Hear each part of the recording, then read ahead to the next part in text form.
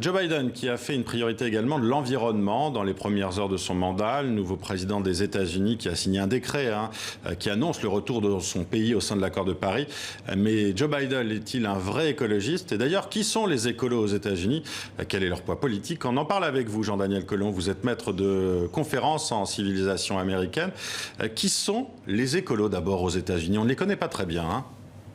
Alors, les écologistes, on les trouve principalement dans les organisations environnementalistes, parce que vous savez peut-être qu'il y a un parti écologiste aux États-Unis, un parti vert, mais ce parti vert ne recueille quasiment aucun soutien parce que précisément, il est très très difficile d'avoir des électeurs dans le système fédéral américain qui est impitoyable avec les petits partis. Donc les écologistes, on les trouve à la fois dans des organisations environnementalistes comme le Sierra Club, comme la Wilderness Society, et au sein du Parti démocrate, ce sont donc des militants qui essayent d'influencer le Parti démocrate, et donc particulièrement au moment où Joe Biden arrive aux affaires.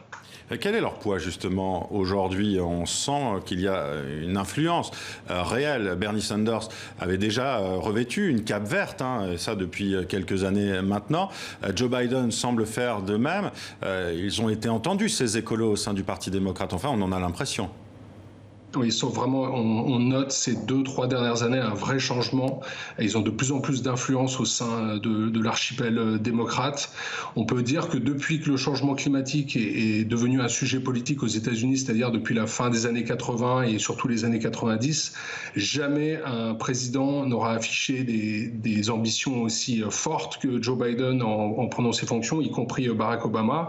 Et ça n'est pas parce que Joe Biden est particulièrement un écologiste, c'est un démocrate centriste, mais c'est parce que précisément la base militante du Parti démocrate et plus largement les mouvements progressistes aux États-Unis attachent depuis 2 ou 3 ans de plus en plus d'importance à cette question du climat notamment, et espèrent que justement l'élection de Joe Biden et la victoire au Congrès des démocrates leur permettra de mettre à exécution les politiques qu'ils prônent depuis un moment. Alors Jean-Daniel Colomb, justement, on va écouter Joe Biden sur une de ces questions environnementales. Contrairement aux administrations précédentes, je ne pense pas que le gouvernement fédéral devrait faire l'aumône aux grandes compagnies pétrolières en leur accordant des subventions à hauteur de 40 milliards de dollars pour les combustibles fossiles. Je vais aller devant le Congrès pour leur demander de supprimer ces subventions. Nous allons investir l'argent dans les emplois liés aux énergies propres en Amérique. Jean-Daniel Colomb, entendre cela dans la bouche d'un président américain, après 4 ans en plus de Donald Trump, c'était plutôt surprenant, non? C'est assez tranché et fort comme position. C'est très fort. Je pense que Joe Biden va essayer de profiter d'un plan de relance probable qu'il va devoir négocier avec les républicains pour investir massivement les deniers publics dans la transition énergétique. C'est vraiment, il n'a pas changé de discours depuis qu'il a été élu sur cette question-là. En revanche, dans le passage que vous avez montré, il parle des subventions aux énergies fossiles. Il est quand même assez peu probable qu'il parvienne à les faire disparaître s'il est obligé de négocier avec les républicains qui, eux, sont très proches de ces industries-là. Est-ce qu'au sein du Parti démocrate, il y a plusieurs tendances aussi, On a parlé justement du plan de sauvetage de l'économie. On sait que certains démocrates veulent un capitalisme vert, une transition verte. Est-ce qu'on se dirige vers ça actuellement, selon vous ? Alors, je pense que pour parler schématiquement, il y a 2 grandes tendances. La tendance de l'aile progressiste qui, elle, prône des mesures extrêmement radicales, d'une économie de mobilisation digne des temps de guerre avec des investissements massifs et une intervention très forte de l'État fédéral. Mais pour ce qui concerne Joe Biden, si je devais définir son approche de la question climatique, je dirais que c'est une approche effectivement optimiste et qui est vraiment fondée sur l'idée de la croissance verte, c'est-à-dire l'idée que l'on peut séparer la croissance économique de l'empreinte écologique et notamment des émissions de gaz à effet de serre. Il est clair que Joe Biden n'a jamais remis en cause le paradigme de la croissance, il n'a jamais dit qu'il fallait réduire la voilure. Il a promis tout au long de sa campagne qu'il était possible à la fois de réduire les émissions de gaz à effet de serre de manière substantielle et assez rapidement et de garder un taux de croissance élevé. Alors personne n'a jamais réaliser cet exploit.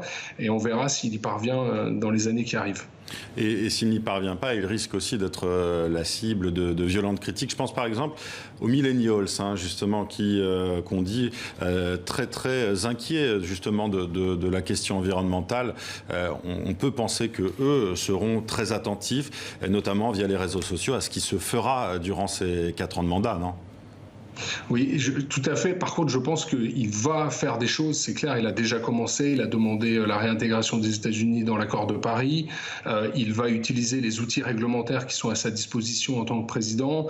Il y aura très probablement des fonds considérables qui seront alloués à la transition énergétique. Donc, il serait assez surprenant qu'il ne fasse rien, d'autant qu'il en parle encore beaucoup maintenant qu'il a été élu. La question sera plus une question de long terme pour voir les effets. Mais je pense que cette partie d'électorat à laquelle vous faites référence a quand même de fortes chances de rester derrière les démocrates, étant donné que le Parti républicain, globalement, est depuis à peu près les années 80 un peu la force anti-environnementaliste aux États-Unis, un parti qui prône la déréglementation. Donc de toute façon, comme je le disais tout à l'heure, il n'y a que 2 grands partis pour lesquels on peut voter à l'échelon fédéral en espérant avoir un élu.